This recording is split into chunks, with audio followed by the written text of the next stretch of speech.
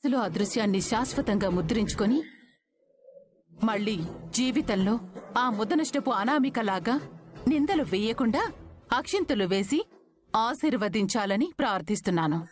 ఒకే ఇంట్లో ఒకే కార్డు ఇవ్వాల్సిన నేను 3 కార్డులు ఇవ్వాల్సిన పరిస్థితి ఎందుకొచ్చిందో మీకు అర్థమవుతుందనుకుంటున్నాను. ఈ 2వ కార్డు ఇంకొకరికి ఇవ్వాలి. ఆ కూతురి పెళ్లి మీరు, మీలాంటి వారు, మీ దగ్గర అనుమానించడం నేర్చుకున్నవారు అనుకున్న పెళ్లి కొడుకు కాదు. కాబట్టి ఇక నుంచైనా మా కుటుంబం మీద, మీ కుటుంబంలో ఉన్న నా కూతుళ్ల మీద దృష్టి పెట్టకుండా, పెళ్లికొచ్చి చెడగొట్టే ఆలోచనలేవి పెట్టుకోకుండా అక్షింతలేసి ఆశీర్వదించాలని కోరుకుంటున్నాను. మా స్వప్న, నీకు పెళ్లైనప్పటి నుంచి నీ భర్తతో నేనెప్పుడూ మాట్లాడలేదే. నేను చెప్పానని చెప్పి అల్లుడు గారిని, నీ అత్తగారిని తీసుకునిరా. అలాగేనమ్మా. పూజనీయులు, ఇంత పెద్ద సంసారానికి మూల పురుషులు మీలాంటి ఆది దంపతులు నాలాంటి పేదరాలింట్లో పెళ్లికొస్తే సాక్షాత్తు ఆ పార్వతీ పరమేశ్వరులే వచ్చినట్టుగా నేను సంతోషపడతాను. ఇంతకీ ఈ పెళ్ళైనా సవ్యంగా జరుగుతుందా? అంటే చివరి నిమిషంలో పెళ్లి కొడుకు మాయమయ్యాడని, పీటల మీద పెళ్లి ఆగిపోతుందని ఎలాగూ వచ్చిన పేరు వచ్చింది కాబట్టి మా కళ్యాణ్కే ఇచ్చి కట్టబెట్టాలని అలాంటి కుట్రలేం చేయడం లేదు కదా అని నా అనుమానం. చాలా మంచి అనుమానాన్ని బయటపెట్టావు. నిన్నేం చేసినా పాపం లేదని అర్థమైంది. రుద్రాణి, నన్ను పేరు పెట్టి పిలుస్తున్నావా? ఏమే రుద్రాని అని పిలవమంటావా? ఒసే అనమంటావా? నేను చచ్చేదాకా నిన్ను మాత్రం నేను రుద్రాణి గారు అని పిలవను. ఆ విషయం ఇక మర్చిపో. నువ్విప్పుడు ఏదో అన్నావు కదా, ఈ సంఘానికి ప్రతినిధిలాగా నువ్వు ఈ ధాన్యలక్ష్మి, ఆ అనామిక వేసిన నిందల్ని నమ్మిన ప్రజానికంలాగా ఏదో అన్నావు కదా. దానికి సమాధానం చెప్పడానికే వచ్చాను. గొప్పవారు, సున్నిత మనస్కులు, పైగా కవిగారు, మీలాంటి సరస్వతీ పుత్రులు నా ఇంటికొస్తే కాళ్లు కడిగి ఆహ్వానించాల్సిన నేను గడప ముందరే నిలబెట్టి తలుపులు మూసి అవమానించాను. కాని అందుకు కారణం నేను కాదు. కారణం ఎవరనేది మీకు తెలుసు. మా ఇంట్లో మీ స్నేహితురాలి పెళ్లి జరుగుతోంది. నాకొక మాట ఇవ్వగలరా? చేసి మీరు మాత్రం మా ఇంట్లో జరిగే పెళ్లికి ఎట్టి పరిస్థితుల్లోనూ రావద్దు. ఎందుకు ఏంటి అనేది మీతో పాటు ఇక్కడున్న అందరికీ తెలుసు. ఒక ఆడపిల్ల తల్లిగా నా కూతురు పెళ్లి ఎలాంటి ఆటంకాలు లేకుండా జరగాలని కోరుకుంటున్నాను. కూతురాలి పెళ్లికి మిమ్మల్ని రావద్దనే హక్కు నాకు లేకపోవచ్చు. కాని ఆడపిల్ల తల్లిగా నాకు, నా కుటుంబానికి ఎలాంటి మచ్చ రాకూడదంటే ఆ పెళ్లిలో మీరుండకూడదు. తీసుకోండి. పుట్టెడు దుఃఖాన్ని గుండెల్లో మోసుకొని కూడా మమ్మల్ని అందర్నీ పిలవడానికి నువ్వే స్వయంగా వచ్చావు. మేమందరం అప్పు పెళ్లికి వస్తాం. మా అండ నీకెప్పుడూ ఉంటుంది. ఏ అవసరం వచ్చినా ఫోన్ చేయండి. మేమంతా ఉన్నామని మర్చిపోవద్దు. ఏంటి, ఇంత రాత్రైనా నిద్ర పట్టడం లేదా? తెలుసురా నువ్వేం ఆలోచిస్తున్నావు. రేపు నీ పెళ్లి, దాని తర్వాత మమ్మల్ని అందర్నీ వదిలేసి వెళ్ళిపోవాల్సి వస్తుందనే కదా ఆలోచిస్తున్నావు. ఎందుకే అలా ఏడుస్తావు? ప్రతి ఆడపిల్లకి ఇలాంటి రోజొకటి తన జీవితంలో తప్పకుండా వస్తుంది. వాళ్ళని, పుట్టింటిని వదిలి వెళ్ళిపోక తప్పదు. ఈ రోజు ఇలా కూర్చుని ఏడుస్తున్నావు, కానీ రేపు నీ పెళ్ళై నీ మొగుడుతో కలిసి సంతోషంగా ఉన్నప్పుడు మేం ఫోన్ చేసినా బిజీగా ఉన్నానంటూ పెట్టేస్తావు. పూర్తిగా మర్చిపోతావు. అప్పుడు మీ గురించి ఆలోచిస్తూ మేమేడుస్తూ ఉంటాం, ఎలా ఉన్నారో ఏంటో అని.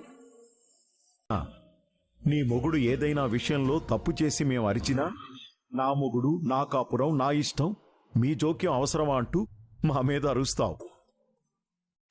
ఆడదాని జీవితం అంటే ఇలాగే ఉంటుందప్పు. మొదట అత్తారింటికి వెళ్ళటానికి భయపడుతుంది. కొత్త మనుషులు, కొత్త పరిచయాలు, కొత్త ప్రదేశాలు. ఒక మాట ఎక్కువ మాట్లాడితే వాగుడుకాయ అంటారు, తక్కువ మాట్లాడితే పొగరు అనుకుంటారు. ఎలా ఉండాలో ఏం చేయాలో అర్థం కాక మొదట్లో అంతా అయోమయంగానే ఉంటుంది. ఈ పిల్లలు పుట్టేశాక ఆడదాని ప్రపంచం ఆ పిల్లలే అయిపోతారు. వాళ్ల గురించి, వాళ్ల చదువుల గురించి, వాళ్ల భవిష్యత్తు గురించి అంటూ ఈ పరుగుల ప్రపంచంలో తను కూడా పరిగెత్తడం మొదలు పెడుతుంది. చివరికి ఇదిగో మాలాగా వయసు అయిపోయి బాధ్యతలు తీరిపోయాక గాని మన గురించి మనం ఆలోచించుకోం. ఆడదానికి మొగుడు పిల్లలు అంతేనమ్మా. ఆడదానికి వేరే జీవితం అంటూ ఉండదా? ఈ కాలం ఆడపిల్లలతో వచ్చిన సమస్య ఇదే అప్పు. పెళ్లి చేసుకుంటే తమకంటూ ఒక వ్యక్తిగత జీవితం ఉండదు అని తప్పుగా ఆలోచిస్తూ పెళ్లి మీద ఒక చెడు అభిప్రాయానికి వచ్చేశారు. మా కాలంలో చదువుకున్న ఆడవాళ్లు లేరా? ఉద్యోగాలు చేయలేదా? డాక్టర్లు అవ్వలేదా? దేశాన్ని ఏలే నాయకులు అవ్వలేదా? కాలమైనా ఈ కాలమైనా ఆడది తను అనుకున్నది అనుకున్నట్టు సాధించడానికి అవసరమైన స్వతంత్రం ఎప్పుడూ ఉంది. కాని అది ఎప్పుడు దొరుకుతుందో తెలుసామ్మా? ఆ అమ్మాయి తనకేది కావాలి అని బలంగా నిర్ణయించుకున్నప్పుడు. భయాలన్నీ మానేసి ప్రశాంతంగా పడుకో. నీ జీవితం నువ్వు కోరుకున్నట్టుగానే సంతోషంగా ఉంటుంది. సరేనా? తెల్లవారి 4 గంటలకి మంగళ స్నానాలున్నాయి. తర్వాత పెళ్లి మండపానికి వెళ్ళాలి. మళ్ళీ అంత పొద్దున్నే నిద్రలేపుతారా అంటూ గొడవ చేయకు. వెళ్ళి పడుకో. ఏమనుకుంటోంది మీ అమ్మ? ఇంటికొచ్చి శుభలాకిచ్చాక రావాలనుకున్న వాళ్ళు వస్తారు, ఇష్టం లేనోళ్ళు మానేస్తారు. మా పిన్నికి పత్రిక ఇచ్చి మా తమ్ముడిని రావద్దనడం ఏంటి? ఏమైనా అర్థం ఉందా? ఆ అర్థం ఏంటో మీకు ఇంకా అర్థం కాలేదా? నాకు మాత్రం వాణ్ణి దారుణంగా అవమానించినట్టే అనిపించింది. మా అమ్మ సంస్కారం కూడా మర్చిపోయి రావద్దు అని చెప్పిందంటే తల్లిగా మాత్రమే ఆలోచించిందని అర్థం. అది చూస్తూ నువ్వు ఒక్క మాట కూడా అడగలేదు. నా తమ్ముడు అప్పు కోసం ఎంత కష్టపడ్డాడు, ఎంత ఆలోచించాడు, ఎన్నిసార్లు కాపాడాడు, ఎన్ని అవమానాలు పడ్డాడు. అవన్నీ ఆ అప్పు మర్చిపోయిందా? నువ్వు మర్చిపోయావా? మీ అమ్మ మర్చిపోయిందా? చేసిన సాయాన్ని మర్చిపోలేదు. అనామిక చేసిన గాయాన్ని మర్చిపోలేదు. అది అనామిక తప్పు, కళ్యాణ్ తప్పు కాదు కదా. మీ మనసులో ఏముందో నాకు తెలుసు. అందరి దృష్టిలో అప్పు తప్పు చేసిన దానిలా మిగిలిపోకూడదంటే ఎక్కడి వాళ్ళు అక్కడుంటేనే మర్యాద. ఒకవేళ కవిగారు పెళ్లికొచ్చి అక్కడ రుద్రాణి లాంటి వాళ్ళు, మీ పిన్ని లాంటి వాళ్ళు ఏదైనా అంటే, అప్పు గురించి తప్పుగా మాట్లాడితే కవిగారు మాత్రం బాధపడరా? అలా ఎందుకు ఆలోచించలేకపోతున్నారు? చెప్పండి. మా తమ్ముడి మంచి కోరుకునే దానివి అయితే నీ మనసులో ఏముందో అది వాడి మీద రుద్దేదానివి కాదు. వాడసలు ఏం కోరుకుంటున్నాడో తెలుసుకునేదానివి. నీకు తెలియకుండానే నువ్విద్దరు ప్రేమికుల్ని విడదీస్తున్నావు. దానివల్ల ఎలాంటి లాభమూ ఉండదు. అక్కడ అప్పు, ఇక్కడ కళ్యాణ్, ఇద్దరూ జీవితాంతం బాధపడాల్సి వస్తుంది. నేను వాళ్ళని విడదీయడం లేదు. మా ఇంటి పరువు కాపాడుతున్నాను. నా చెల్లెల మీద పడ్డ నింద నిజం కాదు అని రుజువు చేయాలనుకుంటున్నాను. ఇంతమంది నోళ్లు మూతబడాలంటే అప్పు పెళ్లి వెంటనే జరిగిపోవాలని ఆలోచిస్తున్నాను. అప్పు అత్తగారింట్లో సంతోషంగా ఉండడం చూసిన రోజే అప్పుడు అర్థం అవుతుంది. అప్పు కళ్యాణ్ని ప్రేమిస్తోంది. అది ఒకప్పటి మాట. ఇప్పటికీ ప్రేమిస్తోంది. ఇప్పుడది వేరే వ్యక్తిని పెళ్లి చేసుకుంటోంది. దయచేసి ఈ విషయం ఇంతటితో వదిలేయండి. మీ అందరి మూర్ఖత్వంతో ఇద్దరికీ జీవితాంతం శిక్ష వేస్తున్నారు. మొత్తానికి అనుకున్నట్టుగా సాధించేశావు మమ్మీ. ఆ అప్పు ఇంటి కోడలు కాకుండా ధాన్యలక్ష్మి అత్తయ్యను అడ్డు పెట్టుకుని ఆ కావ్య చేతే వేరే వాళ్లతో అప్పుకి పెళ్లి చేసేలా చేస్తున్నావు.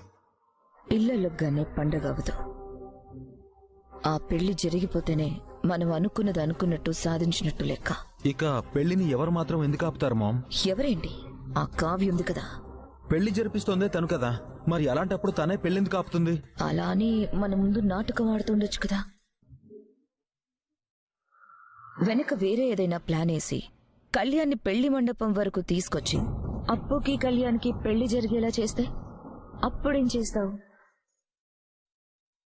అందుకే ఆ కళ్యాణ్ అసలు పెళ్లి మండపానికి రాకుండా చేయాలి. నాకెందుకో నువ్వు అనవసరంగా టెన్షన్ పడుతూ ఆ కావ్యకి లేనిపోని ఆలోచనలు ఇస్తున్నావేమో అనిపిస్తోంది. దీన్ని ఇలాగే వదిలేస్తే అప్పుకి వేరే వాళ్లతో పెళ్లి జరుగుతుందని అనుకుంటున్నాను. అవకాశం ఎప్పుడూ మన చేతుల్లోనే ఉండాలి రాహుల్. ఒక్కసారి అది శత్రువు చేతుల్లోకి వెళ్ళిపోతే మనం కూడా వాళ్ళ కంట్రోల్లోకి వెళ్ళిపోతాం. ఆ అవకాశం నేను కావ్యకివ్వను. మరేం చేద్దాం అనుకుంటున్నావు? ఉందిగా మీ చిన్నత్తయ్య, దాన్ని వాడుకొని కళ్యాణ మండపానికి రాకుండా ఆపుతాను. అదే మనకు మంచిది. నిజంగా కళ్యాణ్కి అప్పుని పెళ్లి చేసుకోవాలి అని ఉంటే నువ్వు కళ్యాణ మండపానికి రాకుండా ఆపినంత మాత్రాన వదిలేస్తాడా? ఏం చేసినా పెళ్లి చేసుకుంటాడు కదా. నువ్వు చెప్పింది కూడా నిజమే రాహుల్.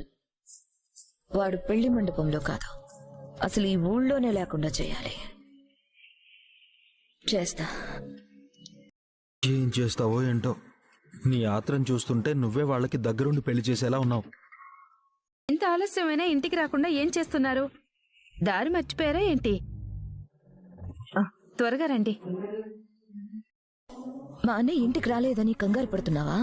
దారి మర్చిపోయారేమోనని కాల్ చేశాను. ఇప్పుడు నువ్వు ఆలోచించాల్సింది నీ మొగుడు గురించి కాదు ధాన్యలక్ష్మి, నీ కొడుకు గురించి. ఇంకా ఆలోచించడానికి ఏముంది? తెల్లారితే అప్పుకి పెళ్ళైపోతుంది. కొన్ని రోజులకి దాన్ని మర్చిపోయి వాడు కూడా సంతోషంగా ఉంటాడు. ఇదంతా మనం కోరుకున్నది, కానీ కోరుకున్నది కోరుకున్నట్టుగా జరుగుతుందన్న గ్యారంటీ ఉందా? ఏమంటున్నావు నువ్వు? నాకు అర్థం కావడం లేదు. ఇప్పటి వరకు కావ్య మనం అనుకున్నట్టుగా చేస్తోంది, కానీ తన అసలు ప్లాన్ చివరి నిమిషంలో మారిస్తే, కళ్యాణ్ మనసు మార్చి అప్పుతో పెళ్లి జరిపించాలని అనుకుంటే అప్పుడేం చేస్తావు? అందుకే చెప్తున్నా, మన జాగ్రత్తలో మనం ఉండాలి. అయితే ఇప్పుడు ఏం చేయమంటావు? కళ్యాణ్ అసలు ఊర్లోనే ఉండకూడదు. అప్పు మెడలో తాళిపడే వరకు నీ కొడుకు ఆ కావ్యకు అందుబాటులో ఉండకూడదు. నువ్వు చెప్పింది నిజమే. వాణ్ణి అర్జెంటుగా బెంగళూరులో ఉన్న మా అమ్మ వాళ్ళ ఇంటికి పంపిస్తాను. ముందా పంచే. అమ్మయ్యా, ఒక్క పని అయిపోయింది. అమ్మా, ఏం చేస్తున్నావు నువ్వు? ఎందుకురా అంత కోపం? ఓ, పెళ్లి పత్రిక చింపేయటం శుభం కాదనా? అప్పుకి పెళ్ళయ్యాక తన కాపురం మంచిగా ఉండదని కంగారు పడుతున్నావా? నా కొడుకుని ఇలా బాధల్లోకి నెట్టేసిన మనిషి ఏమైతే నాకెందుకు? నాకు నువ్వు ముఖ్యం, నీ జీవితం ముఖ్యం, నీ ఆనందం ముఖ్యం. అది ఇంకొకరిని పెళ్లి చేసుకుని వెళ్ళిపోతుంది కదా, ఇంకా ఎందుకురా దాని గురించి ఆలోచించి బాధపడుతున్నావు? ఇక నుంచైనా నీ గురించి ఆలోచించే ఈ తల్లి బాధని అర్థం చేసుకో. చూడు కళ్యాణ్, నిన్ను నేనెప్పుడూ అలా ఉండు ఇలా ఉండని చెప్పలేదు. ఒక అమ్మాయిని తీసుకొచ్చి ప్రేమించాను అంటే తనకే ఇచ్చి పెళ్లి చేశాను, సపోర్ట్ చేశాను. అయినా సరే నువ్వు నన్ను అర్థం చేసుకోకుండా ఇలా బాధపడుతూ ఉంటే నా మనసు ఎలా ఉంటుందో ఆలోచించావా? నా మాట వినరా? నువ్విలానే 4 గోడల మధ్య కూర్చుని బాధపడుతుంటే నేను నుండి నువ్వు బయటికి రాలేవు. నేను మీ అమ్మమ్మకి ఫోన్ చేసి చెప్పాను నువ్వు వస్తున్నావని. నువ్విప్పుడే బెంగళూరుకి వెళ్ళరా. కొన్ని రోజులు నువ్వు అక్కడుంటే నీ మనసు మారుతుంది. నేను ఎక్కడికి వెళ్ళను. ఇక్కడే ఉండి ఏం చేస్తావు? ఇలా బాధపడుతూ కూర్చుంటావా? నా చావు నేను చేస్తాను, నీకెందుకు? నేను నీ తల్లినిరా. అందుకే కదా అనామికతో కలిసి నన్ను అలా టార్చర్ పెట్టావు. తను చెప్పిన మాటలన్నీ నమ్మి నాకిష్టం లేకపోయినా ఆఫీస్కి పంపించి అన్నయ్య స్థానంలో కూర్చోబెట్టావు. కానీ నాకిష్టం ఏంటి అనేది ఒక్కసారన్నా ఆలోచించావా? నువ్వు కళ్యాణ్ ఇంకా ప్రేమిస్తున్నావు కదా? నువ్వు కేవలం తన్ని ఫ్రెండ్గా చూస్తున్నావా లేక తన్ని ఇష్టపడుతున్నావా అనేది నాకు తెలీదు. కానీ తను మాత్రం నిన్ను మనసులో పెట్టుకుని ఈ పెళ్లికి సిద్ధపడి చాలా పెద్ద తప్పు చేసింది. ఈ కళ్యాణ పూల్ని